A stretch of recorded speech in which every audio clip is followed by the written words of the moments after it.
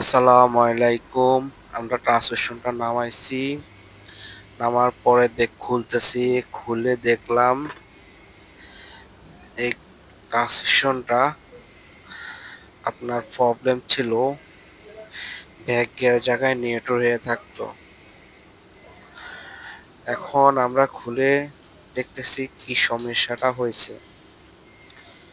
তো দেখেন 12টা স্প্রিং, এই স্প্রিং গুলো নামাইতেছি, খুলতেছি। এগুলো স্প্রিং এর কাজটা কি? স্প্রিং কাজটা হলো দুই পাশে দুটা পিস্টন থাকে ক্লাচ প্লেট চাপানোর জন্য, জাম করার জন্য।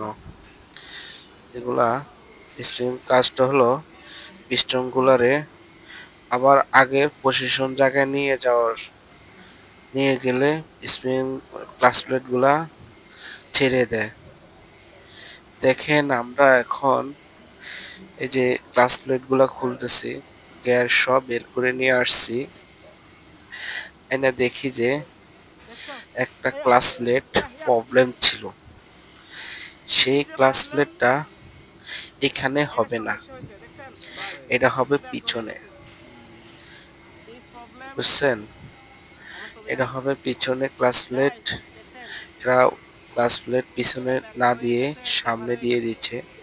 সামনে দেওয়ার থেকে এই ক্লাচ প্লেটটা বেঁকা হয়ে গেছে, চিজ হয়ে গেছে।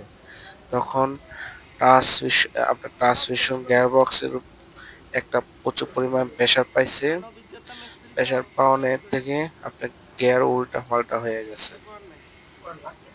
দেখেন এখানে ক্লাচ প্লেটটা বসবে, এখানে না লাগাইয়া সামনে লাগাইছে। ভিডিওটা সবাই শেয়ার করে দেন। একটা জিনিস জানা থাকলে আপনার জন্য ভালো।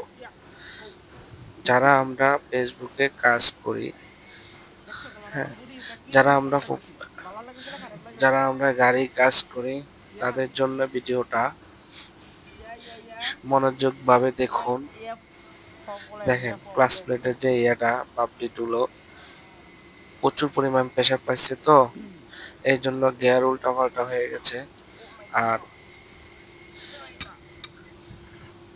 এভাবে লাগাইলে গাড়ি চলবে না, এবং গাড়ি চলবে না, আপনার ক্ষতি হতে পারে। ট্রান্সমিশনে একটি ভুলের কারণে কোটি লাখ লাখ টাকা নষ্ট হতে পারে। তো আপনারা যা লাগাবেন, যেভাবে খুলবেন সেভাবে দেখে দেখে লাগাবেন। দরকার হলে যে জিনিস খুলবেন একটু ভিডিও করে খুলেন, তাহলে ভিডিও দেখে দেখে আপনারা লাগাবেন। আর এখানে সিলগুলা ড্যামেজ ছিল, সব সিল আমরা চেঞ্জ করে